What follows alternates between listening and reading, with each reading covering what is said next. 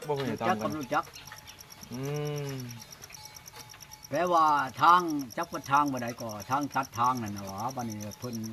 ผู้ที่เขาขวามทางคือใช่แล้วผู้ที่แล่นตำเขา ไปตามเขาเอาเขาอีกบ่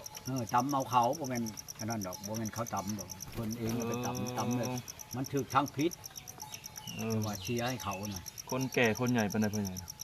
อันในบ้านนี้ อืม ก็บ่ได้ใหญ่แล้วอยู่วาง40ปลายนี่แหละ เออ 40ปลายนี่แหละ เราไปตามเขาเราให้ไปโทษเนาะเพิ่นใหญ่ โยตัวตำทางผิดเป็นโทษนั่นแล้ว คือก่อนนี่ค่อยตำนั่นอันนั้นค่อยบ่ได้ผิดอันนั้นเขาผิดหากเขาเล่นตัดหน้าค่อยเด้เขาบ่แล่นตัดหน้าเนาะ บัดนี้ทางค่อยบัดในห้องหมอเด้เพิ่นขึ้นมาแต่ทางของพ้นผู้นั้นแล้วเพิ่นสิไปอันความไปอันทางห้องหมอเด้ห้องหมอเลขเก้านี่นะเพิ่นมาเพิ่นตัดหน้าค่อยโลดบัดนี้โยใส่ทางกลางช่องผมยาพวกตึ้มครับบ่เจ็บทุกคนไดค่อยก็บ่เจ็บเขาก็บ่ได้เจ็บ มีแต่รถเลยเนาะเพเนาะเพิ่น มาฮอดนั่นเพิ่นเข้าอันพูดแล้วเข้าห้องหมอเลยป้ารถไม่ทันไหนเพิ่นน่ะป้ารถไม่ได้หนทางหรือไดช่องผมยันเข้าห้องหมอพุ่นย่างเขาเลยนะป้ารถจังหั่นเขา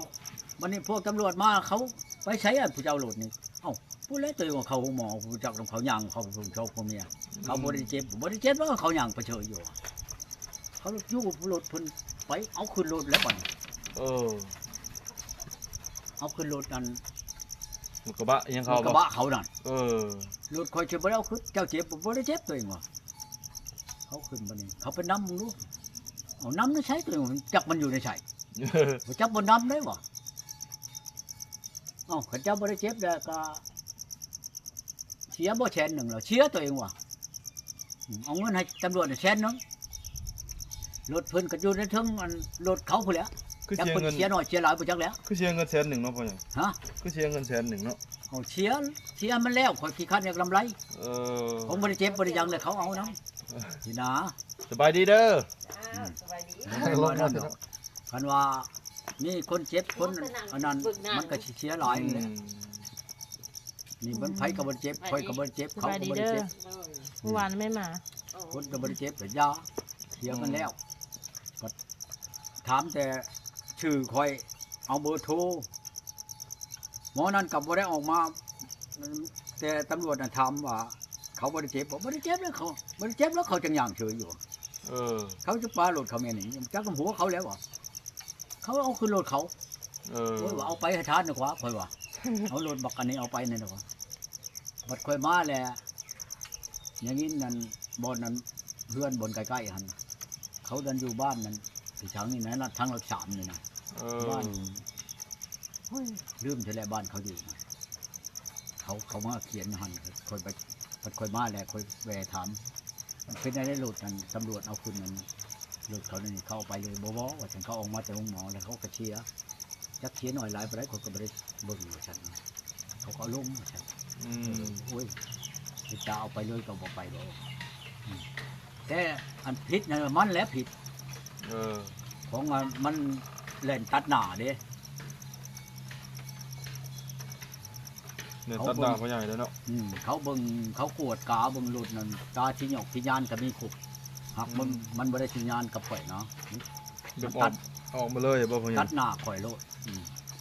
ก็เชียร์ให้แสนนึงก็ไปเลยแล้วคนชนครับคันนั้นดอกรถนั่นตัวคนขายนั่นบ่แม่นรถคันคันนี้ยังเป็นคันใหม่อยู่บ่พ่อใหญ่รถโอ้ยรถค่อยตะกี้มัน3คันผู้เดียวไปอันเว็บไอ้นั่นของอันไทยน่ะก็คันนึงค่อยขายขึ้นไปอันบ้านนั่นนักขับพันหมอใบชื่อเอารถคันนั้นตัวมันตันตำกับเขาน่ะขายเท่าไรสักคันนะพ่อใหญ่ขาย18,000ขาย18,000 บาทรถคันนั้นหักตำกันบ่ได้เพแห้งบ่พ่อใหญ่บ่ได้เพบ่ได้เชียร์หยังใดหักรถนั้นล้มหักบ่ได้เชียร์หยังแปลว่ามันต่ำแล้วมันรถค่อยรถล้มไปซิเลยเนาะ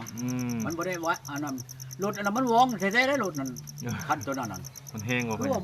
คือว่าบ่ได้เร่งแห้งไปได้วูดใส่เครื่องกลางแล้ว คนกับเมียเพิ่นก็ลงกับขี่แล้วฟ้ารถก็บ่ได้มอดจักเลยตึงเพิ่นเชื่อว่ามันเชื่อว่าได้ไรคนก็มาขึ้น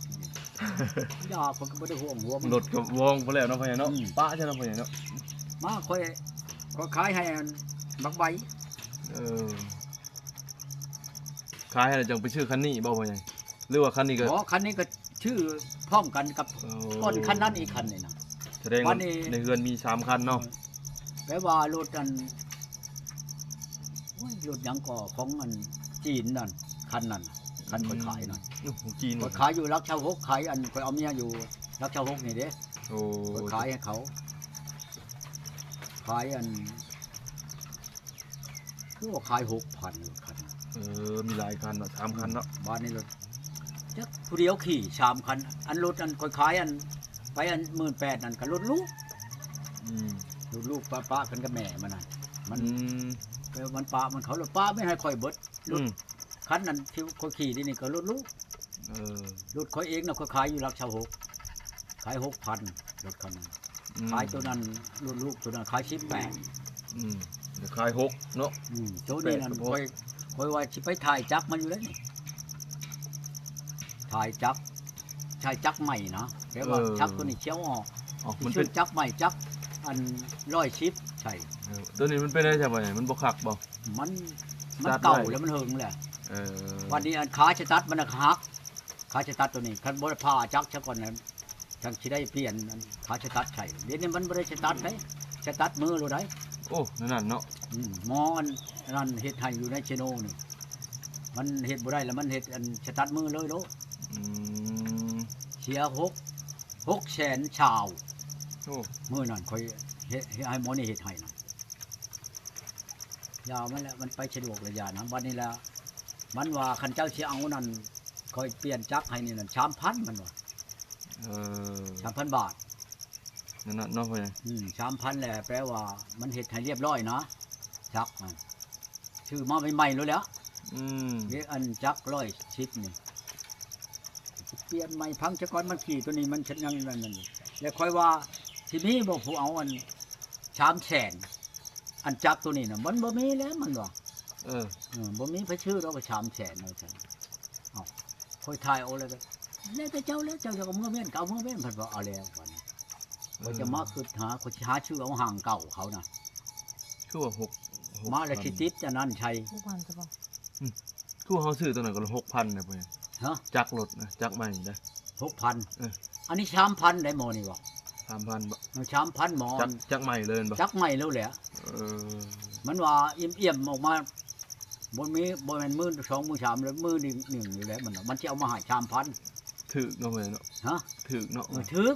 หมอแปลงโหลดอยู่ในนี่เด้บัตรชายชาตินี่ ตะกี้6,000มันตกอยู่1,000ก็200,000ปลายเนาะ6,000 ตะกี้บ่แม่นแล้ว มันก็ถึกอยู่ล้านปลายก็ เออ 3,000นี่เลยเนาะ อันนี้มัน ตะกี้นะ ตกอยู่ใน2ล้านบ่หรือว่าล้านปลายบ่นี่นะเป็นเงินกี่เอ้ามันเว้ามื้อนั้นนั่นมันเอาออกมาในเขื่อนมันหั่นรถไปไหม้นี่แหล้ว อืม มันติดเฉยอยู่ได้อันนั้น26,000 อืม ได้ เออ มันไหม้เบิดคันมันเลยแหละ อืม มันแบบเอาเลยแล้วมันว่านี่โอ๊ยบ่เอาแล้วว่ะเอากะสิให้ถ่ายจักมันนี่ให้แล้วก็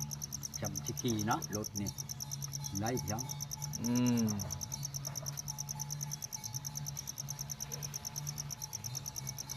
สิกี้ค่อยว่าอันของมันอัน